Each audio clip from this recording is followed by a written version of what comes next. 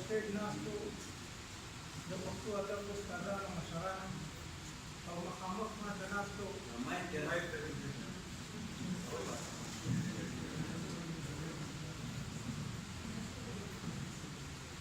کپتان او خپله پښتو ژبه مینو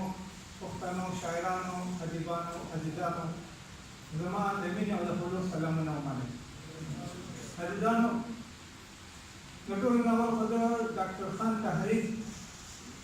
او د هغوی د ملګرو ډېره ستاینه کوم او د دې تحریک چې کوم هغوی کوم تحریک شروع کړی د خپلې ژبې په حواله نو دا یو مشاعره نه ده، د یو فکري پروګرام دی او د دې نه د هغوی څه مقصد دی چې په هغه باندې موږ ځان پوه کړو چې زموږ ژبه ختمېږي. موږ مخکې خپل تاریخ جوړوي چې یاره زموږ تاریخ زموږ خلکو ته یاد نه دی، زموږ ځوانان خپل تاریخ نه بلد دي، نو هغه تاریخ هم سره وخوړه او بیا ورپسې چې کوم دی نو د کلتور جوړاوه نو هغې هم سره وخوړه. اوس دغه ژبه چې څه لږه چې زموږ سره پاتې ده چې په کوم باندې یو قام ژوندی وي هغه هم موږ سره ماته وړه پاتې ده او تقریبا لکه ختمېدو واله ده، ځکه چې لکه په شماره موږ له په پښتو کې نه راځي.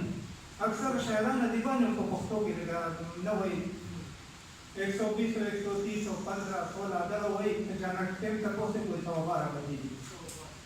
نو لکه موږ په باندې 12 نه پېژنو 11 نیمې نه پېژنو، دغسې زموږ نومونه چې دي هغه ټول د عربۍ شو او یا خو د مهاجرو نومونه دي، د ورځو نومونه موږ له نه راځي، د میاشتو نومونه موږ له پښتو کې نه راځي. نو دا د ژبې په ختمېدو باندې ورو شروع شوې دا ژبه داسې یکدم نه ختمېږي، دا همدلته کې ختمېږي په مزه باندې ختمېږي، لږه شوکېږي اخر داسې چې یو ژبه ختمه شي او دې سره یو قام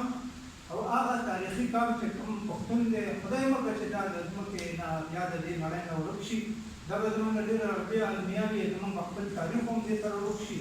او دا د قرآن پاک وایي چې ما تاسو له مختلف رنګونه درکړل او په مختلفو ژبو مې ګویانې کې والله پاک وایي دا مشران ناست دي چې دا زما نشانې دي، نو چې دا څوک روکوي نو دا د الله تعالی نشانې روکوي او چې څوک دا بچ کوي نو دا د الله تعالی نشانې بچ کوي. نو زه د ډاکټر خان تحریک د ملګرو د معراج بھائی د ادریس خان د عابد منیر صاحب او د بل زلمي شیخ دوستان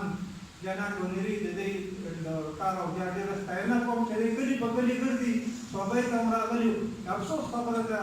څومره یعنې دا ډېره بده خبره چې دی زموږ کلي ته راشي او هلته کې دی میلمان شي قرباني شي او موږ میلمانه شو او موږ ته ووایي چې تاسو راشئ او موږ له بلنې راغلي. نو دا پروګرامونه موږ له کول پکار دي. زیات وخت ناست لمه تاسو به تنګ شوي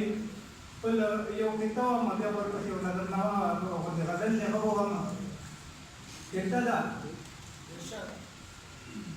منم د هر دور شرمخانو به مات کړی یم، منم د هر دور شرمخانو به مات کړی یم، زخمي ټوټې کړم خو تېرې نه کړم او د زمانې هر یو چنګیز په ما خپل وس کړی دی، زړې زخمي کړم خو زېرې نه کړم. بهانه دي او نظم دی چې ستا د لورې باد راځي خواږه یادونه راوړي او سترګې مې ډکې شي د اوښکو بارانونه راوړي. مننه دي